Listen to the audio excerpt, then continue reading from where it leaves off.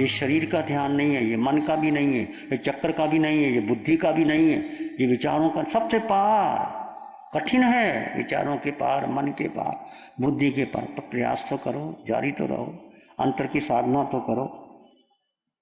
तो पहले समझो ध्यान है क्या, क्या है ध्यान, और क्या ध्यान समझ पाए आप ये ध्यान है।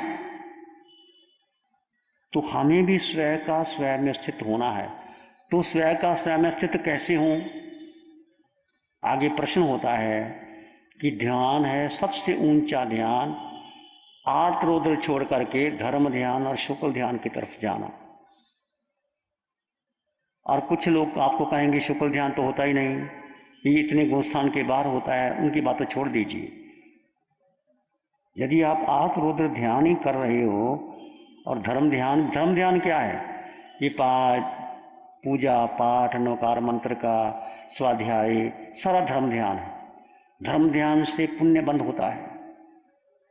पुण्य बंद होता है तो तुम्हें मनुष्य जीवन मिलेगा, सुख मिलेगा, देवलोक गति में चले जाओगे और फिर वापस आओगे। मोक्ष नहीं मिलने वाला। मोक्ष है सब कर्म को क्षय कर देना।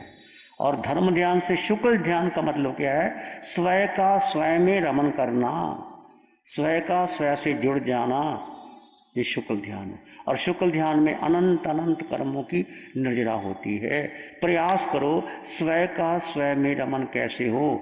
स्वयं का स्वयं में रमन करने के लिए आपके पास विचार आएंगे। तो 3 बातें भगवान ने फरमाई थी कि विचार आए तो क्या करना, कि जब जब विचार आए, जो नए साधक है या पुराने साधक है, सोहम का ध्यान कर सकते। घर में भी जब जब विचार आए तो सोहम 4-5 बार, सोहम सोहम सोहम सोहम। धीरे धीरे आपके विचार शांत होने लग जाएंगे। माना कि दूसरा तरीका भगवान ने बताया कि दृष्टा में रहो। विचार बहुत आ रहे हैं, बहुत आ रहे हैं, उसके साथ लगो मत, कहानी नहीं बनाना, उससे अलग हो जाना। दृष्टा भाव का मतलब है कि जैसे तुम नदी के किनारे खड़े हो और नदी बह रही है, आप देख रहे हो, नदी का पानी बहुत तेज आ रहा है, आप देख रहे हो, नदी का पानी गंदला हो गया, आप देख रहे हो, किसी ने फूलों का गुच्छा डाल दिया, आप देख रहे हो, किसी ने राख डाल दी, आप देख रहे हो, किसी ने लाश आ गई, आप देख रहे हो, पर कोई प्रतिक्रिया नहीं कर रहे, बस केवल देख रहे हैं और जान रहे हैं नदी के किनारे खड़े होके। ऐसे सारे विचारों को ध्यान के द्वारा आपके विचार बहुत ज़्यादा आएंगे। केवल जानना और देखना, ये है दृष्टा भाव। विचार बहुत आएंगे, आप उनके साथ मत लगो, दृष्टा भाव, देखते रहो देखते रहो। कभी तो आधा पौना घंटा देखने में लग जाएगा, निकल जाने दो। जो कूड़ा करकट पड़ा हुआ है जन्मों जन्मों का, ये विचार इस जन्म के नहीं, जन्मों जन्मों के विचार हैं, निकल जाएंगे निकल जाएंगे। धीरे धीरे आपका मन शांत होने लग जाएगा। फिर तीसरी बात वाणी में आई कि तुम 8 गुण हैं आत्मा के, उन 8 गुणों का चिंतन करो। ये विचार मैं नहीं हूँ, बुद्धि मैं नहीं हूँ, ये जन्मों जन्मों से मेरे पर भारी हो गए हैं। जैसे आपके मकान में कोई किराएदार आ गया, वो खाली नहीं करता, 20-25 साल से बैठा है, 50 साल से बैठा है, तो क्या करोगे आप? पूरी कोशिश लगाओगे, केस करोगे, कोर्ट वालों को बुलाओगे, सब कुछ करोगे, फिर वो बहुत बार वो खाली करेगा। ऐसे ही आत्मा के गुणों का, मैं आत्मा अनंत प्रकाश से युक्त, मैं आत्मा अनंत ज्ञान वाला, मैं आत्मा अनंत दर्शन वाला, मैं आत्मा अनंत सुख वाला, मैं आत्मा अनंत शक्ति से संपन्न परिपूर्ण। धीरे धीरे जैसे आपको बताया गया शुरू में, सिर के सिरे से पांव के अंगूठे तक एक एक अंग से मन गुजारो और आत्म प्रदेशों के स्पंदन का अनुभव करो।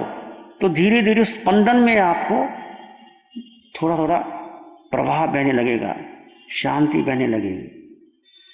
लगा जैसे कराया आपको 10-12 मिनट के लिए स्पंदन को, कुछ लगा आपको, शांति मिली, स्पंदन से आए, कुछ प्रवाह आया, धारा प्रवाह सा लगा, चाहे थोड़ा लगा चाहे ज़्यादा लगा, जो पुराने साधकों को लगा। तो ऐसे ही मन विचैन होने लगे तो सिर के सिरे से पांव के अंगूठे तक एक एक अंग से मन गुजारो और हर ये हाथ है मेरा, इसमें आत्म प्रदेश ना हो तो मुर्दा है ये। आत्म प्रदेश ठसाठस भरा हुआ है ये, पर वो निराकार दिखाई नहीं देता, पर अनुभव तो कर सकते हो ना। जैसे आपने हाथ ऐसे किया, अब देखो आप दोनों हाथों को ऐसे करते हो तो ऊर्जा का स्पंदन स्वयं आपको लगने लग जाता है कि एक ऊर्जा का प्रवाह आ रहा है, एक ऊर्जा बह रही है। वो कहां से बह रही है? वो आत्म प्रदेश है, यही आत्मा है। एक एक अंग से मन गुजारो। ये आंख है, आंखों के स्पंदन को देखो, आत्म प्रदेश है। फिर पूरे अंग से मन, फिर बैठ जाओ, सिर के सिरे से पांव के अंगूठे तक एक धारा प्रवाह बह रहा है, बह ही रहा है, अनंत प्रकाश बह रहा है, परंतु हमें अनुभव नहीं होता, क्योंकि हमारा मिथ्यात्व, हमारा मोहनीय कर्म बहुत भारी है। केवलियों को प्रतिपल प्रतिक्षण अनुभव होता है, सिद्धों को हो रहा है, हमें नहीं हो रहा, क्योंकि हमारा मोहनीय कर्म भारी है। जब तक मोहनीय कर्म क्षीण नहीं होगा, मोहनीय कर्म का मतलब समझे, यदि आपके जीवन में आर्त रुद्र ध्यान है, उसने मेरा ऐसा कर दिया, मेरा ऐसा कर दिया, अब दूसरों को दोष दे रहे हैं, अपने को दोष नहीं दे रहे कि जो कुछ हो रहा है मेरे कर्मों से हो रहा है। अपने कर्म को छोड़ करके राग द्वेष के कारण दुखी हो रहे हैं, राग द्वेष मोह माया, और राग द्वेष तो छोड़ते नहीं, उसने दुख दे दिया, उसने दुख दे दिया, उसने ऐसा कर दिया, मैंने ऐसा कर दिया, पूरी जिंदगी आठ कर्मों का बंधन करते हैं, और आके फिर अगला जन्म मिलेगा तो कहाँ जाओगे? आत्म ध्यान करने वाला नीच गति में जाएगा, पशु बनेगा, नरक में जाएगा, या मनुष्य बन जाएगा। तो ये सारा आत्मज्ञान छोड़ना है।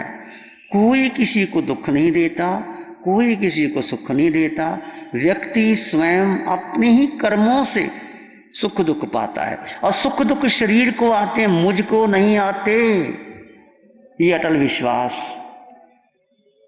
ये अटल विश्वास, इस साधना को यदि आप पूरी विश्वास से करोगे तो 4 दिन में आप बहुत कुछ पालोगे।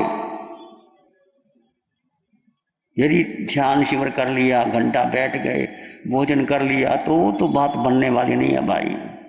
बहुत पुरुषार्थ करना है, बहुत मेहनत करनी है। वो मेहनत दिखाई नहीं देती, कोई खेती नहीं करना, किसी पहाड़ी पे नहीं चढ़ना, इस काया पर शोध करना है, काया को जानना और काया को देखना है। बहुतों के प्रश्न है, विचार बहुत ज़्यादा आ रहे हैं, आने तो हमें क्या फर्क पड़ता है? अच्छा है विचार आ रहे हैं, तुम्हारे विचार क्षीण हो जाएंगे, चले जाएंगे।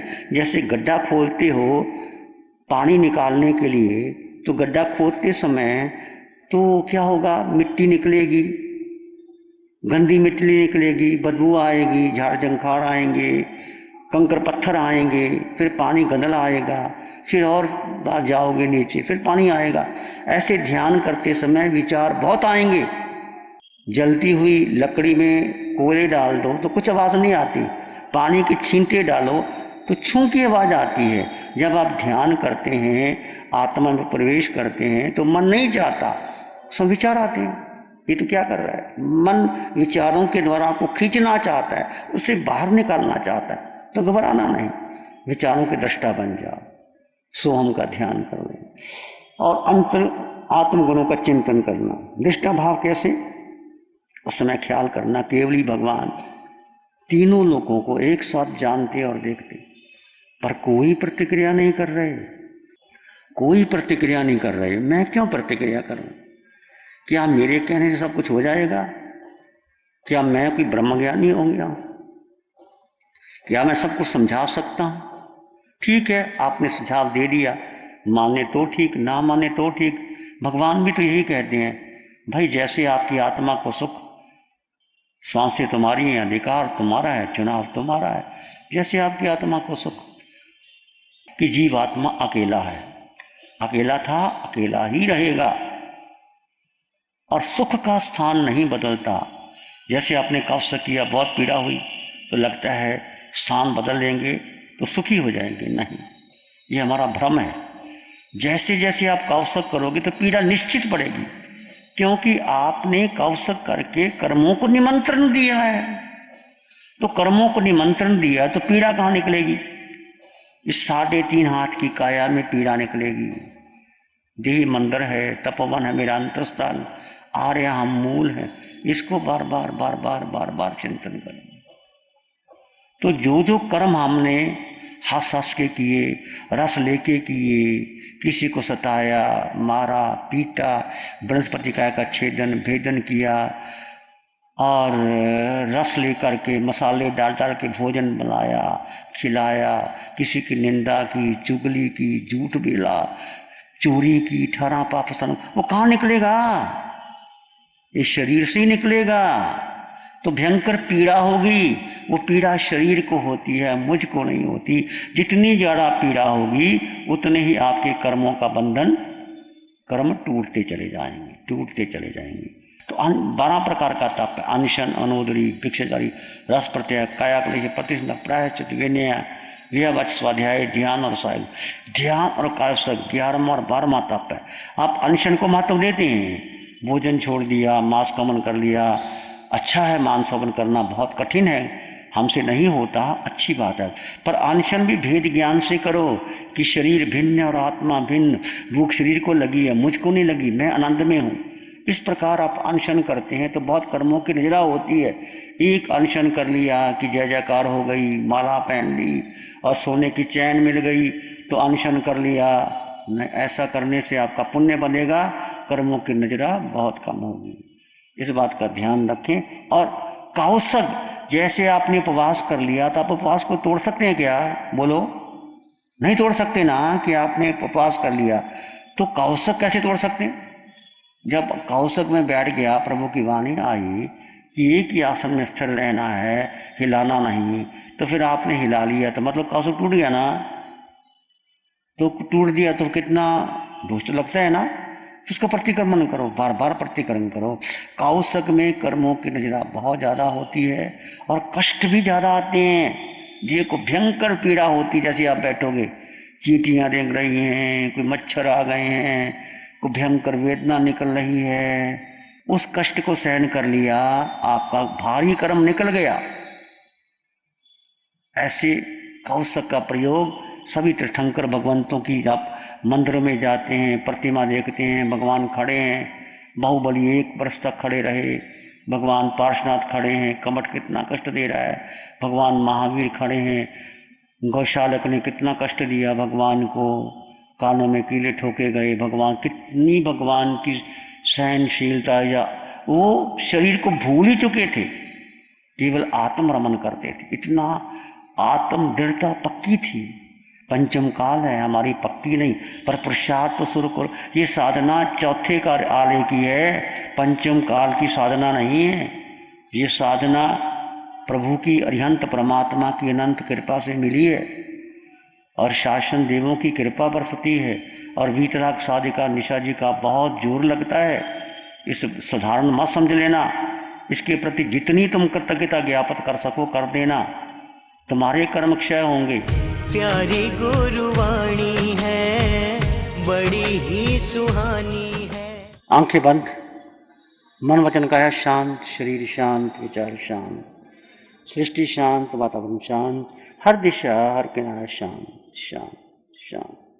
सिर के सिरे से पांव के अंगूठे तक अपने भीतर शुद्ध चेतना का एहसास कीजिए।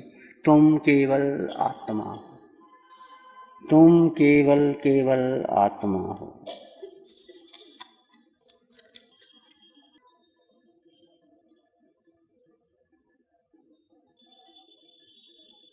मैं आत्मा हूं,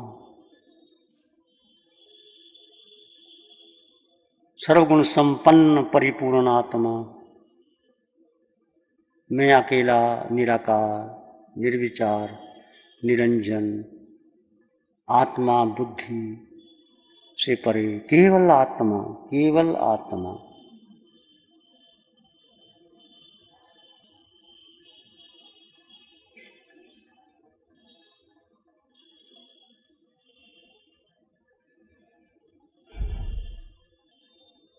मैं आत्मा हूं,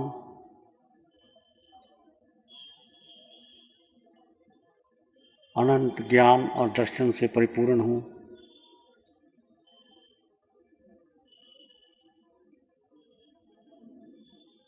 मेरा स्वभाव मात्र दृष्टा है। तीनों लोगों को जानने और देखने का मेरा स्वभाव, सिद्धों जैसी अवस्था मेरे भीतर है। अपने देह बुद्धि को तोड़ते चले जाइए, आत्मा में रमन कीजिए, सारे संकल्प विकल्प को तोड़ दें। इसी में एक लंबा गहरा सांस लें, अरिहंत परमात्मा के चरणों में अनंत कृतज्ञता ज्ञापित करें। एक और लंबा गहरा सांस, अरिहंत परमात्मा के चरणों में नमन और वंदन। दोनों हाथों को आंखों पे ले जाएं, हल्का सा स्पर्श, धीरे से आंखें खोल दें। नमो अरिहंतानंग, नमो सिद्धानंग, नमो आर्यानंग, नमो उज्जैनंग, नमो लोय सत्सावनंग, धम्मो मंगल मुकितम अहिंसा संयमो तभो देवावित्तं नमं शांति जसधम में श्यामन। श्री चत्तारी मंगलम, अरहंता मंगलम, सिद्धा मंगलम, साहू मंगलम, केवली पानत्तो धम्मो मंगलम। चत्तारी लोगुत्तम, अरहंता लोगुत्तम, सिद्धा लोगुत्तम, साहू लोगुत्तम, केवली पानत्तो धम्मो लोगुत्तम। चत्तारी शरणं पवज्जामि, अरहंते शरणं पवज्जामि, सिद्धे शरणं पवज्जामि, साहू शरणं पवज्जामि, केवली पाणत्तं धम्मं शरणं पवज्जामि।